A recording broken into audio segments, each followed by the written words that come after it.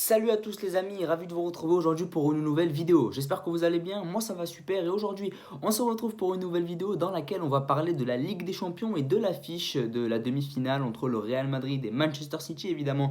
De l'autre côté on a un magnifique Inter Milan AC Milan, un super derby milanais, mais aujourd'hui je vais vraiment m'attarder sur la plus belle affiche des deux. Pour moi c'est Real Madrid-Manchester City, que ce soit en termes de prestige sur les dernières saisons et même en termes de qualité intrinsèque, parce que vous savez que le derby AC Milan, Inter Milan, il a une grosse portée historique, il a une grosse portée symbolique, mais sportivement, c'est pas les meilleures équipes qu'on puisse avoir en Europe sur les dernières années et même cette saison. Alors que Real City, pour moi, constitue vraiment le mélange de deux magnifiques équipes qui ont encore montré qu'en Ligue des Champions, c'était les deux meilleures équipes. J'aurais aimé que cette affiche soit l'affiche de la finale, surtout qu'on l'a déjà eu l'année dernière sur une double confrontation en demi-finale là aussi. Donc j'aurais aimé que ça se joue vraiment sur un seul match en finale. Maintenant, c'est vrai que comme on a Inter Milan, AC Milan de l'autre côté et que c'est quand même un sacré match, je suis content d'avoir ce Real City en demi-finale et surtout qu'il y aura de la dramaturgie, il y aura la dramaturgie des matchs aller-retour et on va essayer vraiment de faire un avant-match, voilà un avant-match avant l'heure, mais vraiment bien avant l'heure parce que je crois que j'ai 20 jours d'avance pour l'avant-match, mais en tout cas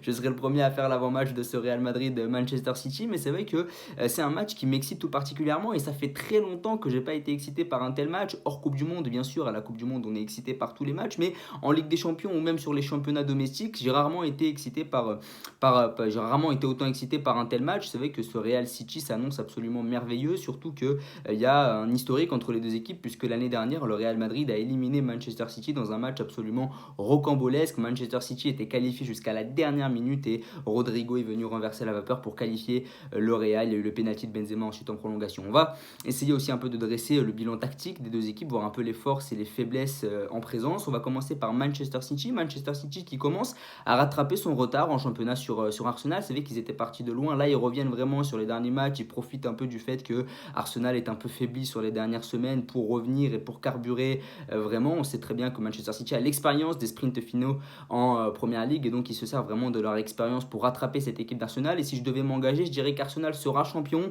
mais attention quand même à cette équipe de Manchester City qui a évidemment l'expérience pour elle. Ce qu'a fait Guardiola, c'est absolument génial parce qu'il a encore innové cette saison sur le plan tactique. Il a enlevé Walker, il a prêté Cancelo au Bayern, il ne voulait plus de Joao Cancelo. Beaucoup en janvier critiquaient ça et j'étais le premier à le faire. Je me demandais comment est-ce que Guardiola peut virer l'un des meilleurs latéraux, voire même le meilleur latéral du monde dans la personne de Cancelo. Mais en fait, il a viré Cancelo parce qu'il s'entendait plus vraiment avec lui et parce qu'il a décidé d'opter pour un nouveau système tactique avec ce système un peu à 3 derrière, avec 4 centraux. C'est assez compliqué à comprendre. Je pense qu'il faut avoir passé des diplômes de coach pour comprendre le système de Guardiola. Mais en tout cas, ça joue avec Diaz, Ake sur le côté gauche, ça joue aussi avec Akanji sur le côté droit et puis Stones qui a un rôle un peu spécial, il vient s'incorporer au milieu de terrain, etc. Donc c'est un rôle assez spécial qu'a John Stones, il vient s'incorporer au milieu avec Rodri et puis ça passe ensuite à 3 derrière avec Ake, Akanji et Ruben Diaz dans l'axe. Donc voilà, c'est un système un peu étrange, là aussi il faut vraiment être un grand expert de foot pour comprendre un peu ce système-là, mais c'est vrai que c'est un système plutôt innovant avec ces 4 défenseurs centraux qui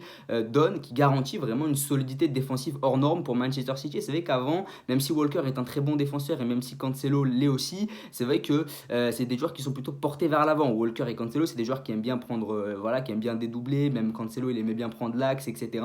Et c'est des joueurs qui laissaient des espaces dans leur dos. Là, maintenant, il n'y a plus d'espace dans le dos puisque tu n'as que des centraux en défense et forcément, c'est des centraux qui arrivent très bien à négocier les 1 contre 1 parce qu'ils ont l'expérience de ces duels-là. Et puis, c'est des attaquants et c'est des défenseurs qui ont réussi à canaliser les attaquants du Bayern Munich. On sait que le Bayern Munich a quand même une très bonne attaque et arriver à canaliser cette équipe du Bayern, c'est pas chose aisée. C'est ce qu'ils ont réussi à faire avec ce nouveau système un peu hybride à 3 centraux avec que des défenseurs centraux sur toute la ligne de défense. Deschamps l'avait fait à la Coupe du Monde 2018 avec Pavard et Hernandez, ça avait très très bien marché, ça garantit vraiment une vraie solidité défensive. C'est ce qui manquait peut-être aussi à Manchester City. C'est vrai que Manchester City a toujours eu une très très grosse attaque, mais défensivement ça a toujours été un peu plus difficile, même si c'était pas catastrophique. Là, il garantit vraiment une vraie solidité, une vraie unité collective à son équipe. Et puis devant, ce qui change par rapport à l'année dernière, c'est que là, t'as plus de faux neufs. T'as plus à mettre Gabriel Jesus, t'as plus à mettre Foden, t'as plus à mettre De Bruyne, t'as plus à mettre Bernardo Silva. Là, t'as vraiment Erling Haaland. Et donc, ça garantit là aussi une vraie option offensive. C'est vraiment un euphémisme de dire que Erling Haaland est une option offensive, tant il est important dans le système offensif des Citizens. Mais c'est vrai qu'il a tout changé cette saison. Tu peux jouer beaucoup plus vertical. T'as plus à te prendre la tête à faire 1000 passes par match pour essayer de trouver un espace pour marquer un but parce que t'as pas de numéro 9. Là, en la personne de Erling Haaland, t'as un vrai numéro 9, t'as un vrai tueur qui t'offre une option beaucoup plus verticale et qui te permet aussi de prendre des adversaires en contre. Parce que c'est vrai que sur les années précédentes, ce qui a fait défaut à City, c'est que ça multipliait les passes, ça essayait de trouver les petits espaces à la façon Guardiola, mais ça n'avait pas fasse le numéro 9 pour tuer. Et ça a été un peu ça le problème des équipes de Guardiola à une époque, c'est que Guardiola n'a jamais eu de numéro 9 et que si tu n'avais pas un Messi dans ton équipe pour dribbler toute l'équipe et essayer de faire le miracle offensif, et ben, tu n'arrivais pas à trouver les espaces. Là, avec Lewandowski, tu peux essayer d'attendre beaucoup plus bas pour ensuite contrer, d'où le fait de jouer à 4 centraux qui te permet de défendre beaucoup plus bas, d'être beaucoup plus à l'aise défensivement et puis ensuite d'exploiter les espaces avec Erling Haaland lorsque tu es un peu acculé sur les temps faibles. Et je pense vraiment que si Manchester City vient à être dominé par le Real Madrid, je pense que Manchester City pourra réagir en contre-attaque avec Erling Haaland et avec De Bruyne, Bernardo Silva à la baguette.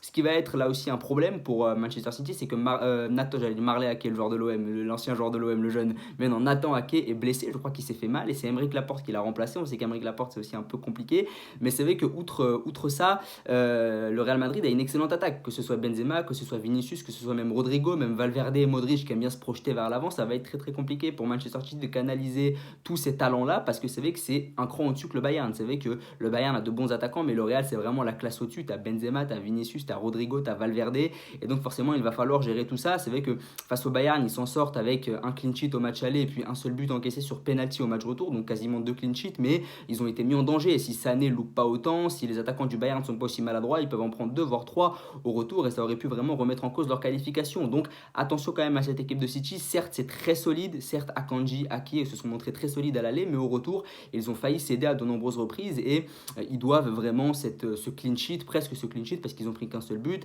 à la maladresse des attaquants du Bayern Munich. Donc attention quand même parce que le Real Madrid c'est la classe au-dessus, on sait très bien que c'est la compétition des attaquants du Real Madrid et donc il faudra faire gaffe aussi par rapport à Vinicius Junior et avec Karim Benzema. On va parler maintenant du Real Madrid, transition toute faite. Le Real Madrid c'est la compétition, voilà, c'est la compétition phare du Real, c'est la Ligue des Champions, on peut jamais sous-estimer ce Real Madrid là. Moi ce que je devrais dire c'est que rationnellement, sportivement, Manchester City est supérieur au Real Madrid selon moi. Voilà, on n'a pas un Real Madrid qui est extraordinaire cette saison, ils ont été très bons contre Chelsea, ils ont assuré vraiment sur les deux matchs 2-0, 2-0 simple, sans pour autant être flamboyants. Contre Liverpool, ils ont tremblé pendant 20 minutes à l'aller, mais derrière, sur les deux matchs, ils ont vraiment réussi à gérer. Donc, c'est pas le Real Madrid foufou de l'année dernière qui arrive à renverser des situations. C'est un Real Madrid beaucoup plus en maîtrise.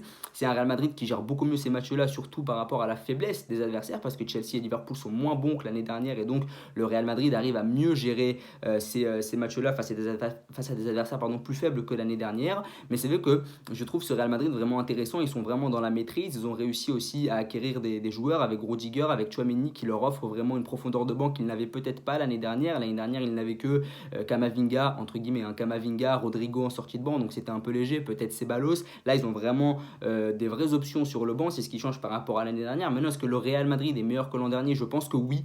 Je pense que sportivement, le Real Madrid est meilleur que l'an dernier. Je trouve que l'équipe, elle est bien meilleure, avec le ballon. L'année dernière, c'est vrai que, voilà, dans le jeu, le Real Madrid, c'était pas extraordinaire. Voilà, c'était vraiment sur des faits un peu irrationnels qu'ils arrivaient à s'en sortir. Là, le Real Madrid est en maîtrise. Là, le Real Madrid sait dominer les équipes. Le Real Madrid est largement supérieur que tous les adversaires qu'ils ont affrontés. Or, l'année dernière, le Real Madrid était ni supérieur à Paris, ni supérieur à City, ni supérieur à Chelsea en quart de finale, et ni supérieur à Liverpool en finale. Là, ils ont vraiment été supérieurs à Chelsea et à Liverpool sur le 8e et sur le quart de finale.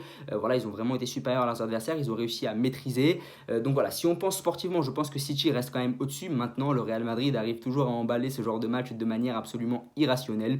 C'est la compétition du Real Madrid. Si le match, c'est pas moi qui le dis, c'est les chroniqueurs foot, les vrais experts. Si le match rentre dans l'irrationnel, évidemment que le Real Madrid a une énorme chance de se qualifier parce que c'est la compétition du Real. Si on rentre dans une soirée absolument dingue, bon, l'aller est au Bernabéu, donc tu pourras pas emballer le match retour, mais c'est vrai que si on rentre dans une atmosphère absolument dingue où on rentre dans une folie, etc., dans une sorte d'ambiance de feu de Ligue des Champions, je pense vraiment que le Real Madrid peut l'emporter et ça me choquerait même pas. Maintenant, si on parle sportivement, je pense que City, ça reste meilleur que ce Real Madrid-là, quand même des points faibles avec notamment Camavinga arrière gauche, attention, parce que quand on sait qu'il y a Bernardo Silva qui va y avoir en face, ça va être vraiment une faille à exploiter pour Manchester City, mais sinon je vois pas vraiment de faille du côté de cette équipe du Real. Voilà, c'est une équipe qui a progressé par rapport à l'année dernière sur le plan collectif, avec des joueurs qui se connaissent peut-être mieux. Valverde est mieux intégré que l'année dernière, Rodrigo encore plus, Vinicius Junior est meilleur que l'année dernière, Benzema est moins bon que l'année dernière, mais il reste quand même sur ses standards habituels. T'as toujours cette charnière entre Alaba, Militao qui est très solide et Rudiger en sortie de banc, Carvajal qui est toujours bon en Ligue des Champions. La seule faiblesse, c'est Camavinga évidemment sur ce côté gauche qui n'est pas expert évidemment. Courtois est encore meilleur que l'année dernière, j'ai l'impression. Donc voilà, cette équipe du Real individuellement à tous les postes, elle a toujours progressé. Cette faiblesse-là, elle est juste du côté gauche et je pense que Guardiola va essayer de l'exploiter. Donc voilà, je pense que ça va être un énorme match de Ligue des Champions. N'hésitez pas à me dire ce que vous en pensez, qui vous voyez se qualifier. Moi, je dis que sportivement, Manchester City est au-dessus et je vois rationnellement Manchester City se qualifier plutôt logiquement.